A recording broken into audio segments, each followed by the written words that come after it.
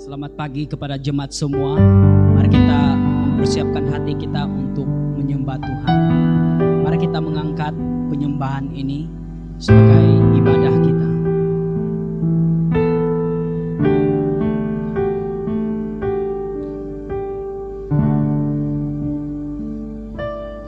Kau sungguh indah tiada taranya, sungguh menakjubkan,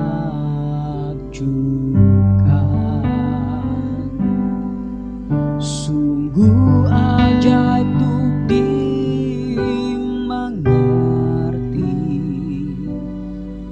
lebih dari semua yang ada.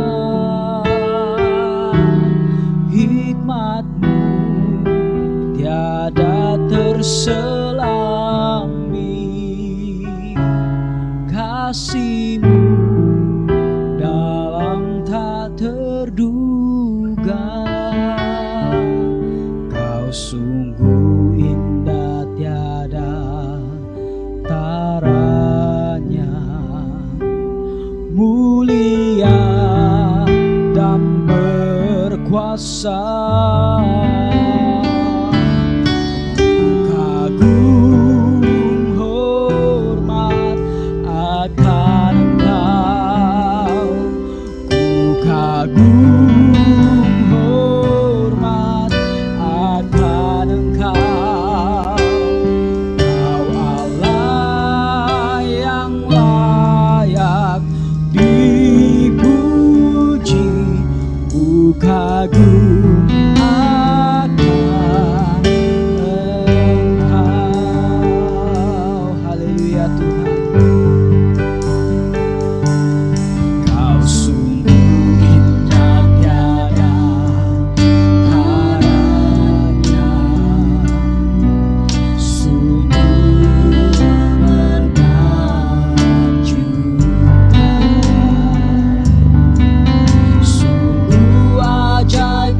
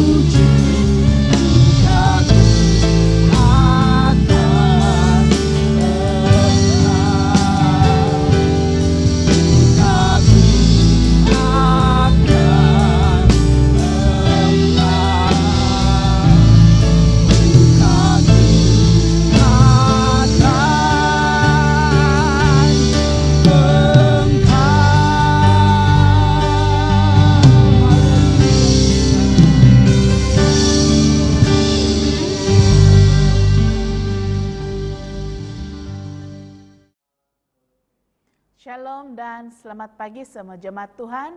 Sekali lagi kita sangat bersyukur kepada Tuhan karena kita masih diberi kesempatan untuk bersama-sama dalam kebaktian online pada pagi hari ini. Mari kita terus siapkan hati kita untuk memuji dan menyembah Tuhan. Tuhan beserta kamu. Saya gembira apabila mereka berkata kepada saya,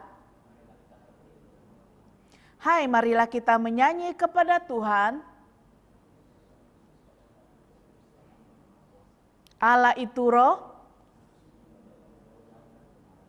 Kemuliaan kepada Allah Bapa, Anak dan Roh Kudus. Haleluya Tuhan. Haleluya Tuhan.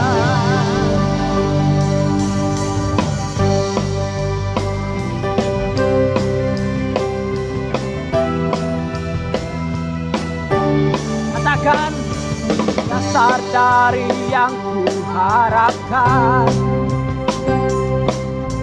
bukti dari segala yang tak kulihat, iman berikanku kekuatan untuk melakukan perkara yang hebat bersama Roh-Mu. Ku pasti menang.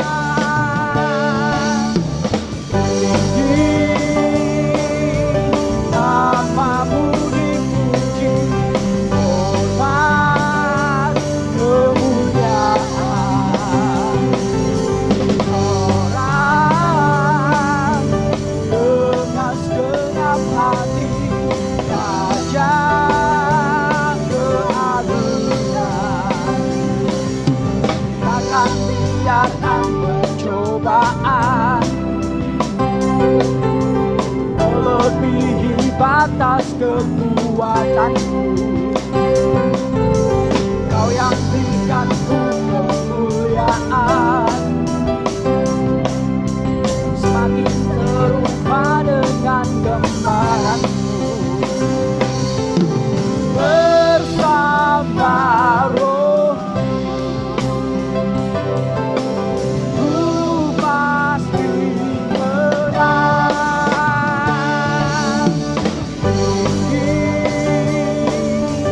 Namamu dipuji, hormat kemuliaan.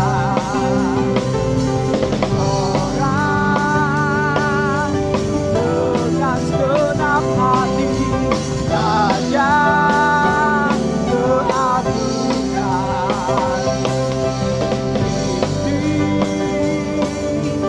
Namamu dipuji, hormat kemuliaan. Seorang dengan segenap hati raja keagungan. Raja keagungan. Raja keagungan. Haleluya Tuhan. Haleluya Yesus.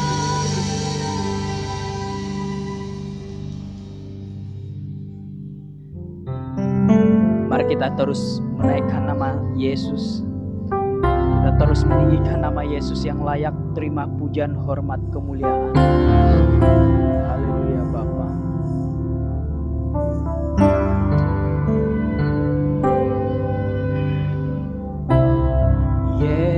Yesusku,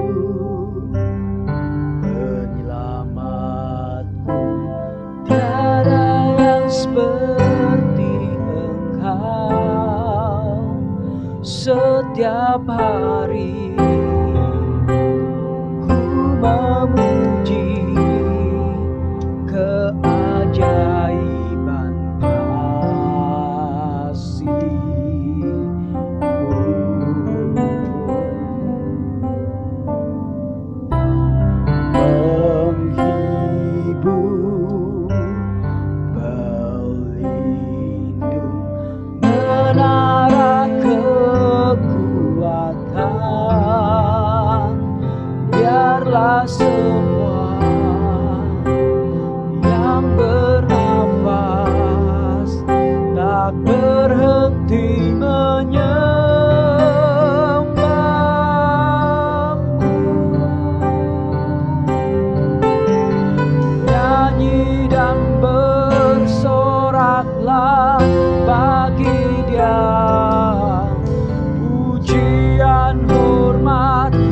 kuasa bagi raja. Gunung tunduk, laut bergelora, mendengar namamu. Oh, ku bersuka atas perbuatanmu. Selamanya ku kasihi Engkau Tuhan. Tiada janji seperti yang ada padamu.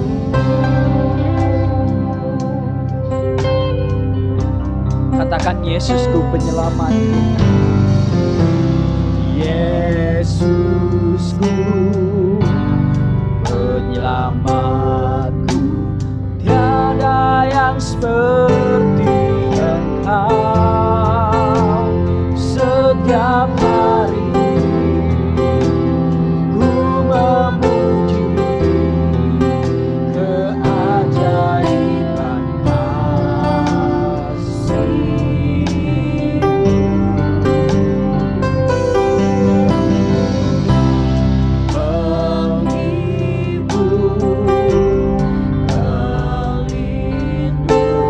Menara kekuatan, biarlah semua yang bernafas tak berhenti menyembah-Mu.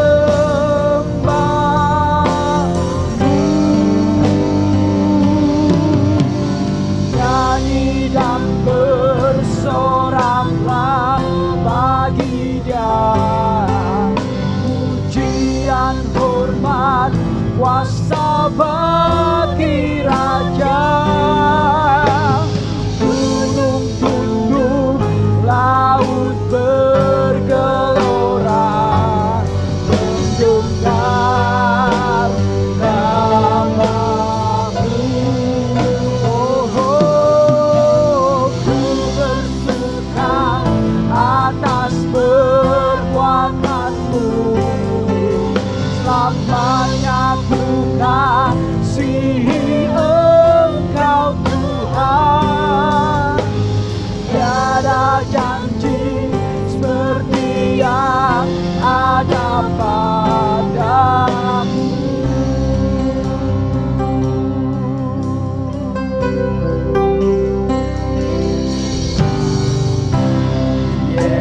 Yesusku penyelamatku, tiada yang seperti Engkau.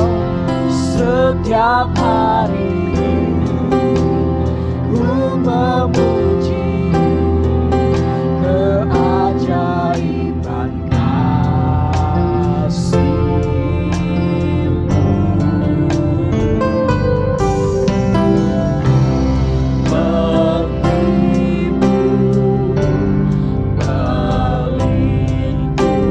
Menara kekuatan,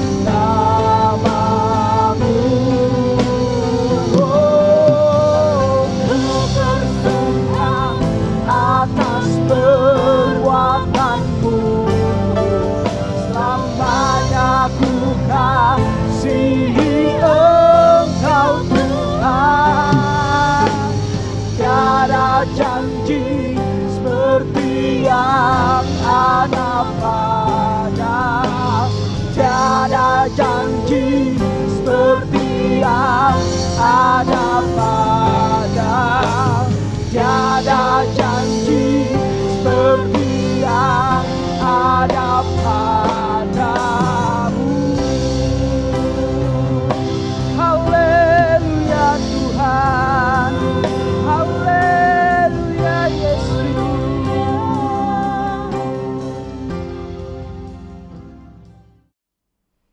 Marilah kita mengungkapkan pengakuan iman Naisin bersama-sama.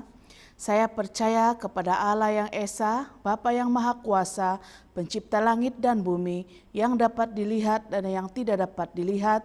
Saya percaya kepada Tuhan Yesus Kristus, Anak Tunggal Allah, yang kekal diperanakan oleh Bapa, Allah daripada Allah, terang daripada terang, Allah benar daripada Allah benar. Dia diperanakan bukan dijadikan, sebab dia satu dengan Bapa. Maka segala sesuatu dijadikan olehnya untuk kita manusia dan untuk keselamatan kita. Dia turun dari sorga dan oleh kuasa Roh Kudus dia dilahirkan oleh anak darah Maria dan menjadi manusia. Karena kita dia disalibkan semasa pemerintahan Pontius Pilatus. Dia menderita, disiksa sampai mati, lalu dikuburkan. Pada hari yang ketiga, dia bangkit pula menurut yang dinobatkan dalam Alkitab, lalu dia naik ke surga. Dia duduk sebelah kanan Bapa, dia akan datang kembali dalam kemuliaan untuk menghakimi baik orang yang masih hidup maupun orang yang sudah mati, dan kerajaannya tidak akan berkesudahan. Saya percaya kepada Roh Kudus, yaitu Tuhan dan Pemberi hidup, yang datang daripada Bapa dan Anak, serta dengan Bapa dan Anak dia disembah dan dipermuliakan. Dia telah berfirman melalui nabi-nabi.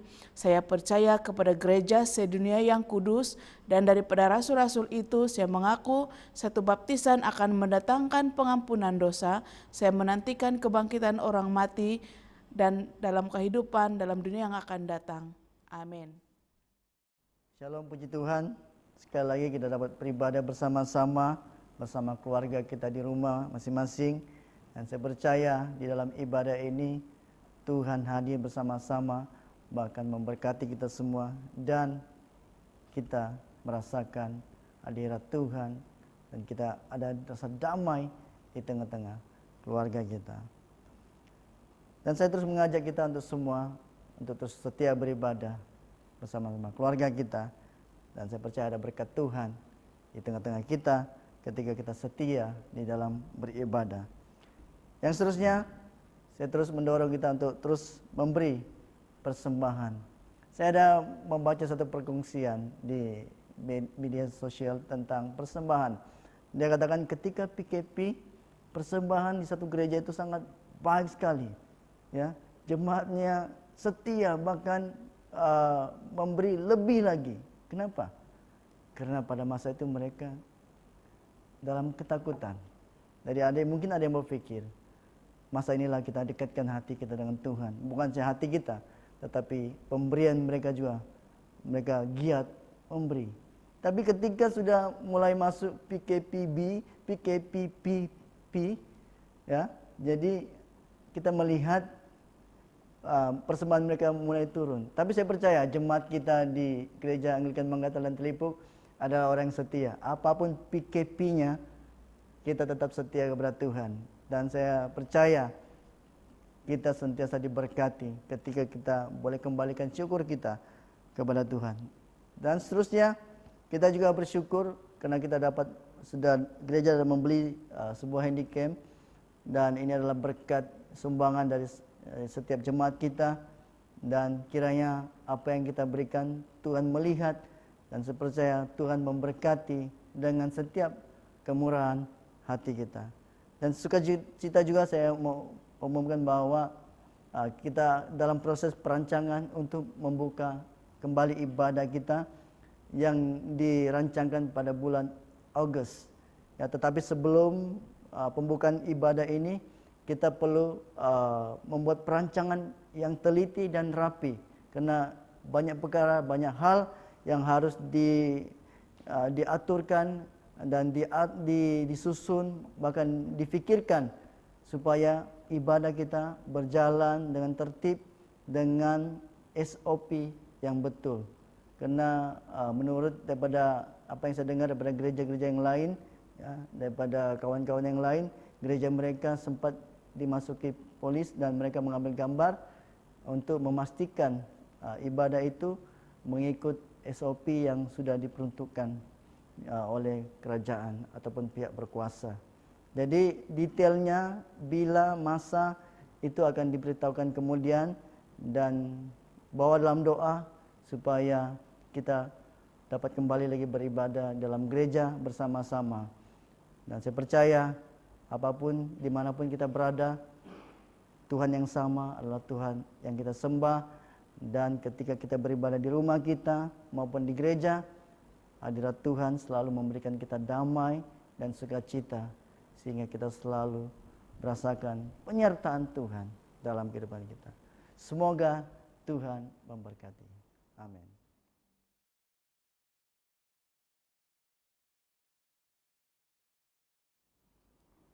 Pembacaan hari ini diambil dari 1 Samuel 17 ayat 32 sampai 39.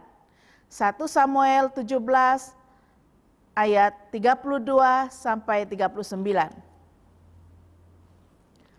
Berkatalah Daud kepada Saul, "Janganlah seorang menjadi tawar hati karena dia, hambamu ini akan pergi melawan orang Palestina itu." Tetapi Saul berkata kepada Daud, "Tidak mungkin engkau dapat menghadapi orang Palestina itu untuk melawan dia, sebab engkau masih muda, sedang dia sejak dari masa mudanya telah menjadi prajurit." Tetapi Daud berkata kepada Saul, "Hambamu ini biasa mengembalakan kambing dan domba ayahnya. Apabila datang singa atau beruang yang menerkam seekor domba dari kawanannya, maka aku mengejarnya, menghajarnya, dan melepaskan domba itu dari mulutnya. Kemudian apabila ia berdiri menyerang aku, maka aku menangkap janggutnya lalu menghajarnya dan membunuhnya. Baik singa maupun beruang telah dihajar oleh hambamu ini, dan orang Palestina yang tidak bersunat itu, ia akan sama seperti salah satu daripada binatang itu, karena ia telah mencemooh barisan daripada Allah yang hidup. Pula kata Daud, Tuhan yang telah melepaskan aku dari cakar singa dan dari cakar beruang, dia juga akan melepaskan aku dari tangan orang Palestina itu.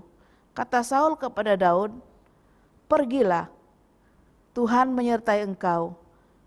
Lalu Saul mengenakan baju perangnya kepada Daud, ditaruhnya ketopeng tembaga di kepalanya, dan dikenakannya baju zirah kepadanya. Lalu Daud mengikatkan pedangnya di luar baju perangnya, kemudian dia beriktihar berjalan, sebab sebelum pernah dicobanya. Maka berkatalah Daud kepada Saul, "Aku tidak dapat berjalan dengan memakai ini, sebab sebelum pernah aku mencobanya." Kemudian ia menanggalkannya. Inilah firman Tuhan. Salam jemaat Tuhan, kita bersyukur pagi ini kita boleh bersama-sama lagi untuk beribadah, dan puji Tuhan kita semua dalam keadaan yang baik dan sehat, karena saya percaya penyertaan Tuhan selalu bersama dengan kita. Sebelum kita teruskan khotbah kita untuk belajar firman Tuhan, mari kita berdoa. Bapak di surga, kami bersyukur Tuhan untuk pada pagi hari ini kami dapat bersama-sama untuk datang beribadah bersama-sama Tuhan. Sungguh pun Tuhan, kami berdoa, kami beribadah dari rumah kami masing-masing, tetapi kami percaya Tuhan, ketika kami berkumpul bersama keluarga kami, hadirat Tuhan turun di tengah-tengah kami, bahkan mengurapi kami satu persatu, sehingga ketika kami mendengarkan firman-Mu Bapa, kami dikuatkan, kami dihibur, bahkan kami dikuatkan. Hamba-Mu berdoa Tuhan, hamba-Mu tidak punya apa-apa, melainkan hamba-Mu bersandar kepada Roh Kudus-Mu yang memberikan kami pengertian, sehingga di dalam kami mendengar firman-Mu, hidup kami berbuah, dan bertumbuh di dalam Kristus. Kami bersyukur Tuhan untuk semuanya. Di dalam nama Yesus kami berdoa dan mengucap syukur. Amin. Kita sudah mendengar pembacaan tadi dalam 1 Samuel pasal 17 dari ayat 32 hingga 39, di mana kita dapat belajar kisah tentang Daud dan Goliat, di mana kisah ini kita selalu dengar dan biasa, bahkan sudah diulang-ulang banyak kali. Tetapi apa yang penting kita pelajari nilai ataupun pelajaran yang boleh membangun iman kita daripada kisah Daud ini, yaitu dari mana kita melihat Daud seorang yang lemah, tetapi di dalam dia berjalan bersama Tuhan, dia mendapat kekuatan sehingga Daud dapat mengalahkan Goliat. Saya teringat ketika saya beberapa minggu lalu, 3 minggu lalu, saya kembali menjalani rawatan di hospital dan saya perlu jalani angiogram, dan saya masuk di dalam dewan bedah untuk memeriksa keadaan salur jantung saya. Dan sebelum masuk ke dewan bedah itu, dokter sudah menyuruh saya sign satu dokumen untuk bersetuju bahwa apa-apa risiko atas tanggung jawab saya, dan saya paham setiap prosedur yang dijalankan. Dan ketika saya mulai sign, dan ketika itu saya mulai rasa ketakutan, dan terdetik dalam hati saya, adakah hari ini adalah hari terakhir saya untuk saya hidup? Saya takut. Takut apa? Takut kalau saya tidak boleh bersama keluarga saya lagi. Takut saya tidak dapat bersama dengan anak-anak saya, istri saya. Kenapa saya takut? Tapi ketika hari ini kita belajar tentang Daud, kita boleh pelajari sesuatu. Bagaimana kita boleh mengandalkan kekuatan dari Allah. Sebab itu saya angkat satu tema, yaitu mengandalkan kekuatan Allah.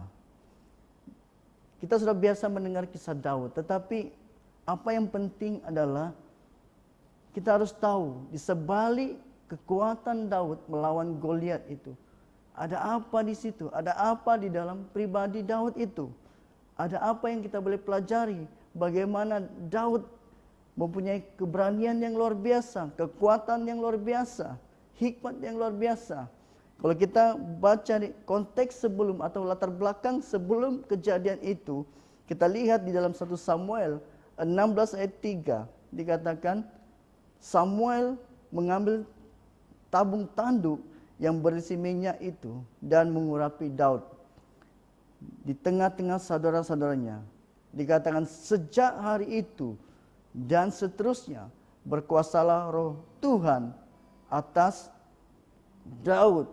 Jadi rupa-rupanya Nabi Samuel datang mengurapi Daud, dan dikatakan di situ sejak hari itu, sejak Nabi Samuel mengurapi Daud dan seterusnya, dikatakan roh Allah menguasai Daud. Artinya Daud diurapi dan ada roh Allah di dalam Daud. Ada apa dalam roh Allah itu? Apa yang terjadi kalau kita memiliki roh Allah? Apa yang terjadi kepada Daud setelah roh Allah ada padanya? Karena Alkitab mengatakan sejak hari itu berkuasalah roh Allah di dalam diri Daud. Di dalam Yesaya 12 ayat 2 mengatakan, untuk orang yang ada roh Tuhan itu, roh Allah itu, katanya roh Tuhan akan ada padanya, yaitu ada roh hikmat, ada pengertian, ada roh nasihat dan keperkasaan, roh pengenalan dan takut akan Tuhan. Jadi apa yang luar biasa kepada Daud itu adalah karena ada roh Tuhan. Di dalam roh Tuhan itu ada hikmat, ada pengertian, ada nasihat, ada keperkasaan. Bahkan dia takut akan Tuhan. Jadi penting pengurapan di dalam diri kita sehingga ada pimpinan Tuhan. Kita melihat bagaimana Tuhan memimpin Daud. Kenapa? Karena ada urapan dan Roh Allah tinggal di dalam hidupnya.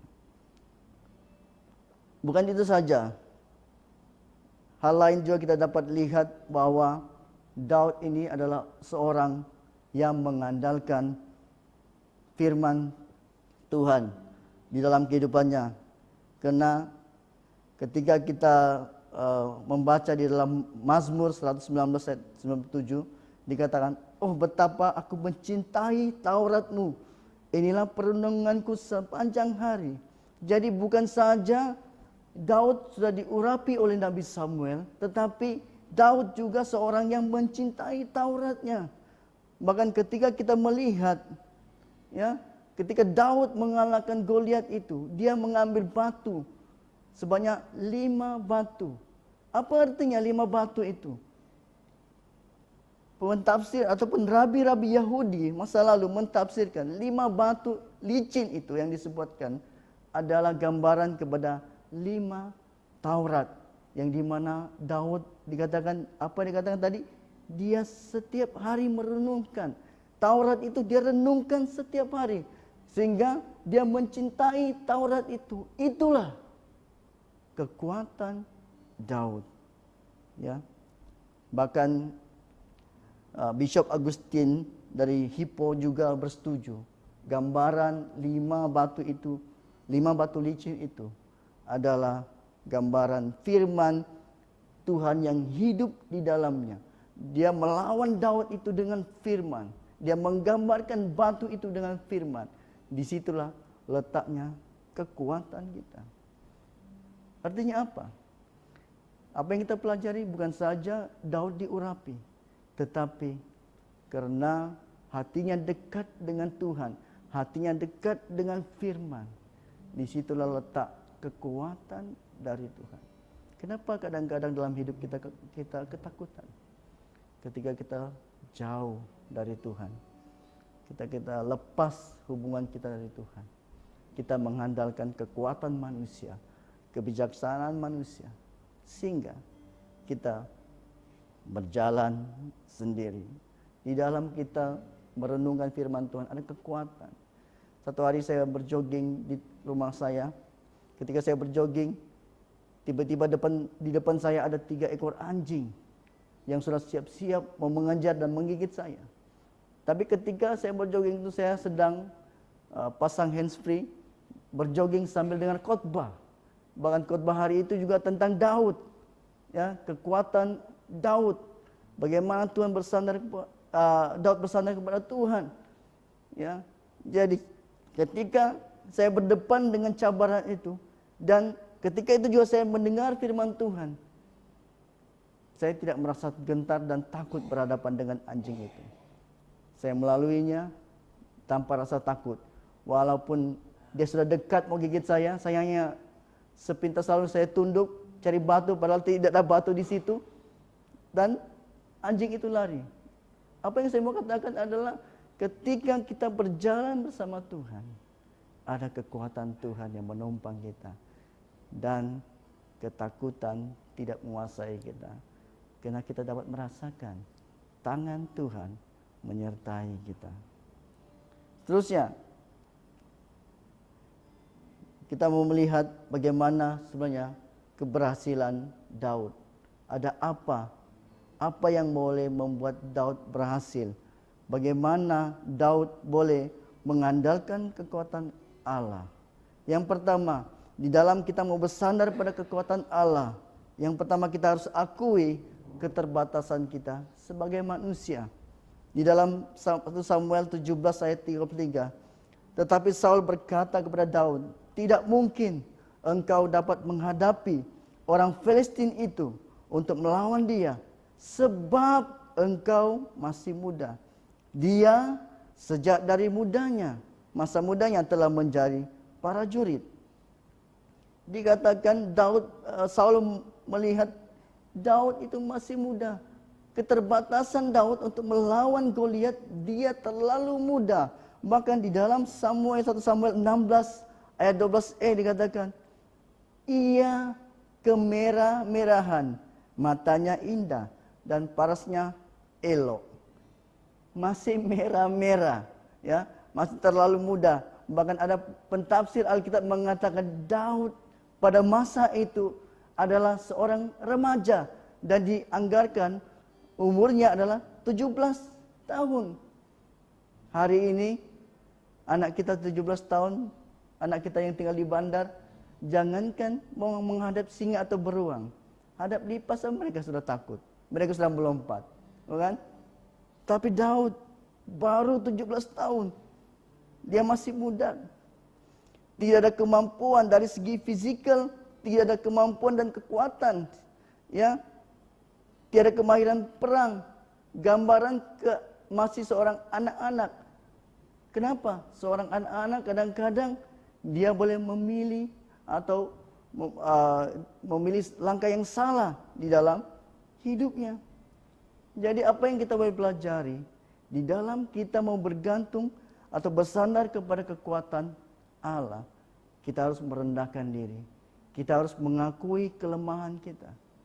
Di dalam hubungan suami istri, kita harus akui kita bukanlah suami atau istri yang sempurna untuk memberi yang terbaik kepada istri kita atau suami kita, ya. Tetapi di dalam kesadaran kita akan kelemahan kita, kita bergantung kepada Tuhan. Tuhan memimpin kita. Ketika saya balik tahu, saya kongsikan dengan kawan saya tentang hubungan suami istri antara saya dan istri saya. Saya katakan ada satu masa saya mengambil masa untuk bagaimana setiap hari saya membina hubungan yang baik bersama istri. Kita bercakap secara lembut dan juga selalu mendengarkan apa yang istri luahkan, apa isi hatinya, ya. Kadang-kadang di dalam kita bersahabat, ada sahabat yang baik, kawan yang baik dekat dengan kita. Kalau kita menegur kawan kita, kita gunakan bahasa-bahasa kiasan, bahasa yang lembut di dalam menegur kawan-kawan kita. Tetapi ketika istri kita buat salah, wah, kita marah kau, bukan? Kalau kawan kita boleh jaga hatinya, kenapa? Kita takut kehilangan kawan itu. Tetapi kalau istri, tidak. Segala bahasa keluar. Maaf kata kadang-kadang bukan saya bahasa.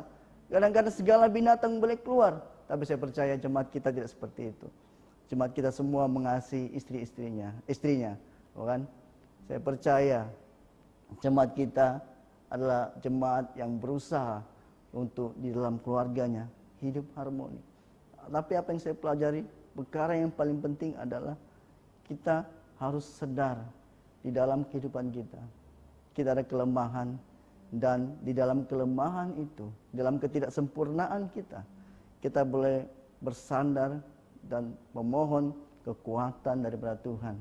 Dalam kita berjalan dalam hidup ini, kita selalu berpegang kepada Tuhan. Satu yang saya pelajari ketika saya sudah sebulan saya amalkan, saya berusaha dan berdoa supaya Tuhan yang memberikan saya kekuatan. Saya beritahu istri saya, mungkin kamu tidak perasan, sebulan ini saya coba untuk menjadi suami yang baik, suami yang usahakan supaya saya boleh mengambil hati dan juga menjaga hati istri. Kan? Bagaimana kita boleh usahakan di dalam keluarga kita harmoni. Bagi saya, ketika keluarga kita harmoni, kita boleh bawa sukacita di luar sana. Kita tidak boleh mengasihi orang di luar sana. Kalau dalam keluarga saja, kita tidak dapat mengasihi mereka. Ketika kita ada kepahitan di dalam keluarga, maka kita keluar di sana, kita juga akan memahitkan orang lain. Jadi kalau ada kawan-kawan masuk office, ya, dia muram masam, ya, berdoalah, mungkin saja dia ada masalah dalam keluarganya. Tetapi bagi kita harus sadar, penting sebagai unit keluarga di dalam gereja, ini yang menguatkan gereja kita. Ketika keluarga kuat, gereja kuat. Sama juga untuk anak-anak muda, bagaimana kita menghormati ibu bapa kita. Mungkin ibu bapak kita bukanlah orang yang hebat, bukan orang yang terpandang, tetapi bagaimana caranya kita menghormati mereka. Karena berkat doa ibu bapak itu akan lebih baik dalam kehidupan kita. Karena ibu bapak saya percaya selalu berdoa yang terbaik untuk kita semua. Yang seterusnya, yang kedua, bagaimana Daud bersandar kepada kekuatan Allah, yaitu dia bersandar penuh pada Tuhan. Dia melihat ada kekuatan di dalam Tuhan. Di dalam 1 Samuel 17 ayat 45 dikatakan, engkau mendatangi aku dengan pedang dan tombak dan lembing, tetapi aku mendatangi engkau dengan nama Tuhan semesta Allah. Apa artinya di sini katanya pedang, tombak dan lembing? Ya, Goliat datang dengan tombak, dengan pedang, dengan lembing. Ya, artinya diperlukan satu kekuatan untuk memegang tombak, lembing, dan pedang itu. Perlu ada satu kekuatan untuk boleh mengendalikan alat-alat berperang ini. Bukan saja kekuatan, diperlukan juga kemahiran, kebijaksanaan. Bahkan Goliat ini dikatakan sejak mudanya dia sudah dilatih dan mahir untuk mengendalikan semua ini. Artinya apa? Goliat itu datang dengan kekuatan dan hikmatnya. Tetapi Daud datang hanya dengan nama Tuhan. Dari segi kekuatan, Daud tidak punya kekuatan, dia masih muda. Tetapi dia datang atas nama Tuhan. Satu ketika kita datang pergi melawat satu jemaat, di mana jemaat diganggu oleh roh jahat. Ya, jadi keluarga telepon kita gereja supaya datang untuk mendoakan, melayani. Menurut keluarganya, ketika dia tahu kita mau datang, jadi jemaat ini apa dia buat? Dia terus bersembunyi, ketakutan, bertapuk dia di bawah meja. Kenapa dia takut? Sebab apa dia takut? Adakah karena saya? Tidak. Karena saya dan warden datang bukan atas nama kami, tetapi kita datang atas nama Tuhan. Ketika iblis mendengar, iblis gentar. Kita bersandar kepada kekuatan Allah. Ya, ketika kita melayani dia, saya katakan kepada jemaat kita ini, sebutkan Tuhan Yesus tolong saya. Dia tidak mampu menyebutkan Tuhan Yesus tolong saya. Secara manusia sangat mudah sekali kita menyebut perkataan Tuhan Yesus tolong saya. Tetapi orang yang dibelenggu dengan kuasa jahat, roh jahat, tidak dapat mengungkapkannya. Kita mengambil masa menyembah, saya bawa dia menyembah. Saya nyanyikan lagu ku bersyukur Tuhan. Dia mulai menyanyi, menyembah. Kenapa? Di dalam dia menyembah dan saya ajak dia bersyukur kepada Tuhan. Artinya di dalam keadaan apapun kita, di dalam keadaan yang sulit dan sukar sekalipun, dalam keadaan yang terburuk bagaimanapun keadaan kita, ketika itu kita mampu bersyukur kepada Tuhan, segala yang diikat akan dilepaskan. Kenapa? Di dalam kita bersyukur, kita mengagungkan dan kita berterima kasih kepada Tuhan. Dan orang yang tahu berterima kasih adalah orang yang tahu bersyukur kepada yang penciptanya. Jadi hari itu dia dilepaskan. Setelah dia menaikkan penyembahan, akhirnya dia dapat menyebut, ketika dia menyebut nama Yesus, dia dipulihkan, dia dilepaskan. Dan kita bersyukur. Karena kita datang bukan dengan kekuatan kita. Kita datang bersandar penuh kepada Tuhan. Nama di atas nama. Itu nama Yesus. Yang terakhir, ketika kita tahu kelemahan kita dan kita bersandar kepada Tuhan, akhirnya akan ada kekuatan dari Allah. Dalam 1 Samuel 17, 34 hingga 35 katanya. Tetapi Daud berkata kepada Saul, "Hambamu ini biasa menggembalakan kambing domba ayahnya. Apabila singa atau beruang yang menerkam seekor domba dari kawanannya." Ada singa dan beruang. Tadi kita sebutkan bahwa Daud itu masih muda. Umurnya dianggarkan oleh pentafsir Alkitab bahwa dia masih remaja dan dianggarkan umurnya 17 tahun. Ya. Tapi dia boleh berlawan dengan singa atau beruang. Ini bukan satu gambaran, ini bukan satu cerita dongeng ataupun hanya kata-kata hiasan. Ini sesuatu yang benar-benar terjadi. Daud yang masih muda itu umur sekitar 17 tahun itu, bayangkan dia boleh melawan singa dan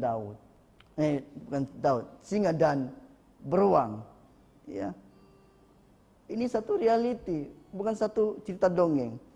Buktinya kita juga boleh melihat di Mazmur yang ditulis oleh Daud, dia ekspresikan bagaimana keadaan sebenarnya ketika dia berlawan dengan singa dan beruang itu.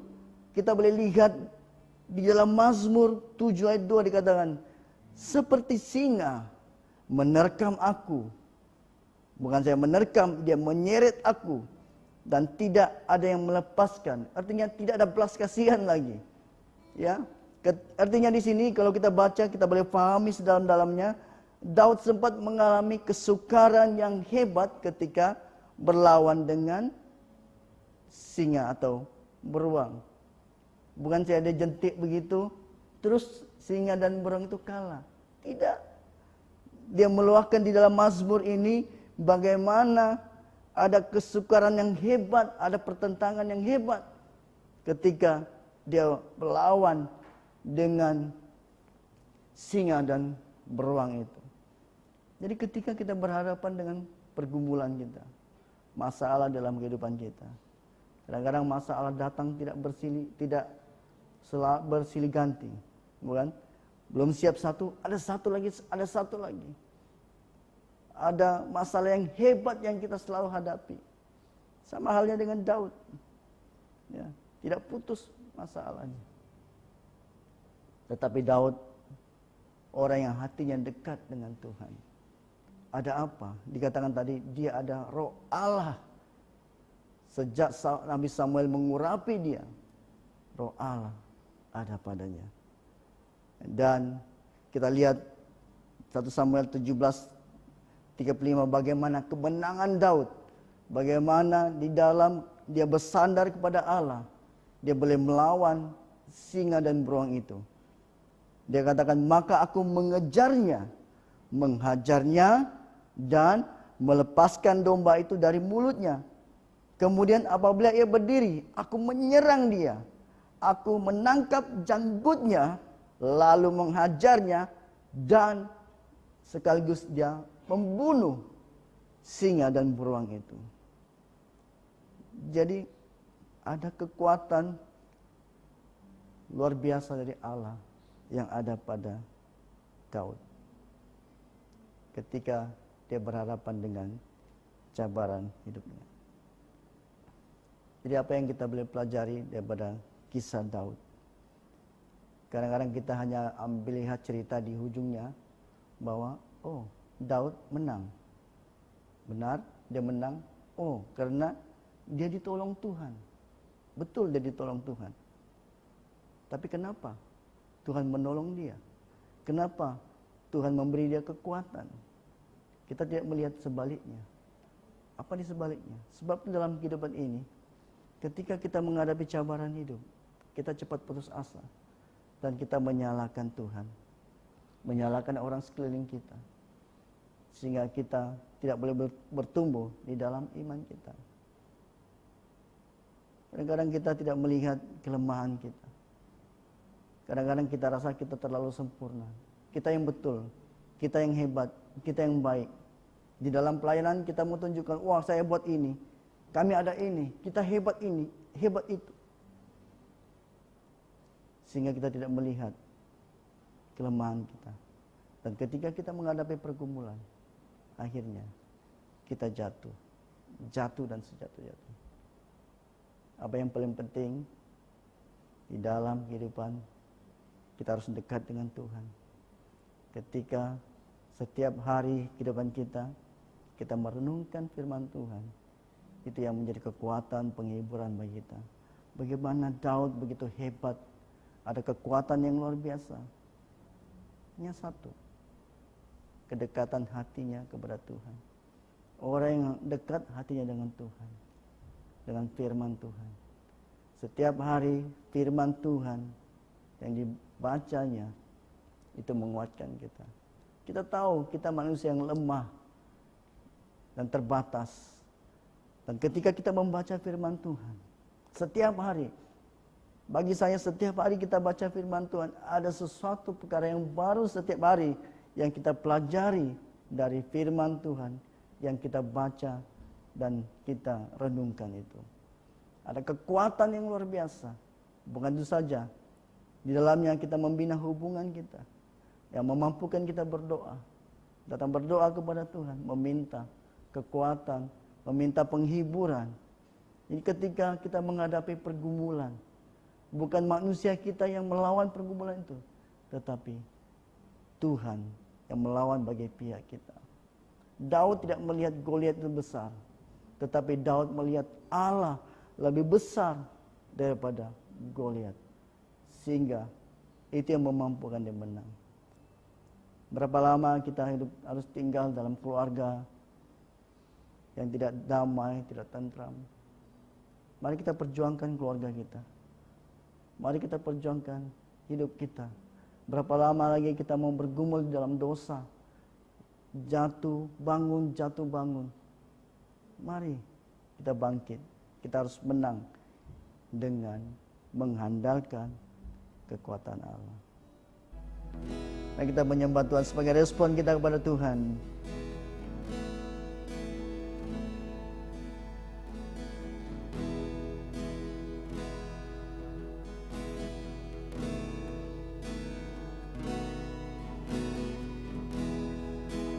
Engkaulah perisaiku saat badai hidup menerpaku. Janjimu di dalamku, pulihkan jiwaku, bukan berdiri di tengah badai dengan kekuatan yang kau berikan. Sampai kapanpun ku kan bertahan, karena Yesus selalu menopang. Ku kan bertahan dalam tekanan dengan kekuatan yang kau berikan. Sampai kapanpun tak tergoyahkan, karena Yesus selalu menopang. Ku kan berdiri di tengah badai dengan kekuatan yang kau berikan. Sampai kapanpun ku kan bertahan, karena Yesus selalu menopang. Ku kan bertahan di dalam tekanan dengan kekuatan yang Kau berikan sampai kapanpun tak tergoyahkan, karena Yesus selalu menopang hidupku. Karena Yesus selalu menopang hidupku. Karena Yesus selalu menopang hidupku. Terima kasih Tuhan. Kami bersyukur atas firman Tuhan yang kami pelajari.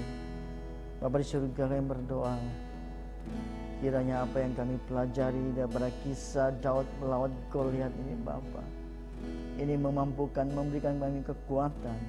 Bahkan kami menyadari bahwa kami manusia lemah yang memerlukan Tuhan, dan kami bersandar kepada kekuatan daripada Tuhan sendiri. Kami bersyukur Tuhan, karena kami boleh pelajari firman Tuhan. Biarlah apa yang kami pelajari Tuhan, ini menguatkan kami, menghibur kami, bahkan di dalam kehidupan kami semakin bertumbuh dalam Kristus. Terpujilah Engkau Bapa. Biarlah segala kemuliaan, hormat kami kembalikan kepada Engkau Yesus. Terima kasih Bapa. Di dalam nama Yesus kami berdoa dan mengucap syukur. Amin. Marilah kita berdoa seperti yang diajarkan oleh penyelamat kita. Bapa kami yang di surga, dikuduskanlah namamu, datanglah kerajaanmu, jadilah kehendakmu di bumi seperti di surga. Berikanlah kami pada hari ini makanan kami sehari-hari. Ampunilah kami akan dosa-dosa kami, seperti kami juga mengampuni orang yang bersalah kepada kami. Janganlah membawa kami ke dalam pencobaan, tetapi lepaskanlah kami daripada yang jahat, karena Engkaulah mempunyai kerajaan, kuasa dan kemuliaan sekarang dan selama-lamanya. Amin. Mari semua kita berdiri untuk terima berkat daripada Tuhan kita, dan kita tadangkan tangan kita untuk terima berkat dari Tuhan. Sentosa Allah yang melebihi pengertian manusia, memeliharakan hati dan jiwa kamu di dalam pengetahuan dan kasih Allah dan anaknya Yesus Kristus Tuhan kita. Dan berkat Allah yang Maha Kuasa, Bapa, Anak, dan Roh Kudus, berserta dengan kamu dan tinggal serta dengan kamu, sampai selama-lamanya. Amin. Jadi saudara-saudariku dikasih dalam Tuhan, pergilah dengan damai sejahtera dan layanilah Tuhan. Amin. Haleluya Tuhan.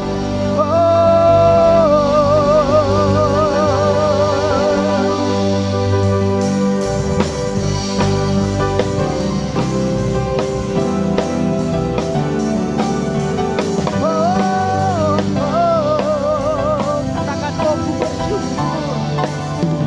Ku bersyukur Kau tak pilihku, Kau bersedia di berjalan.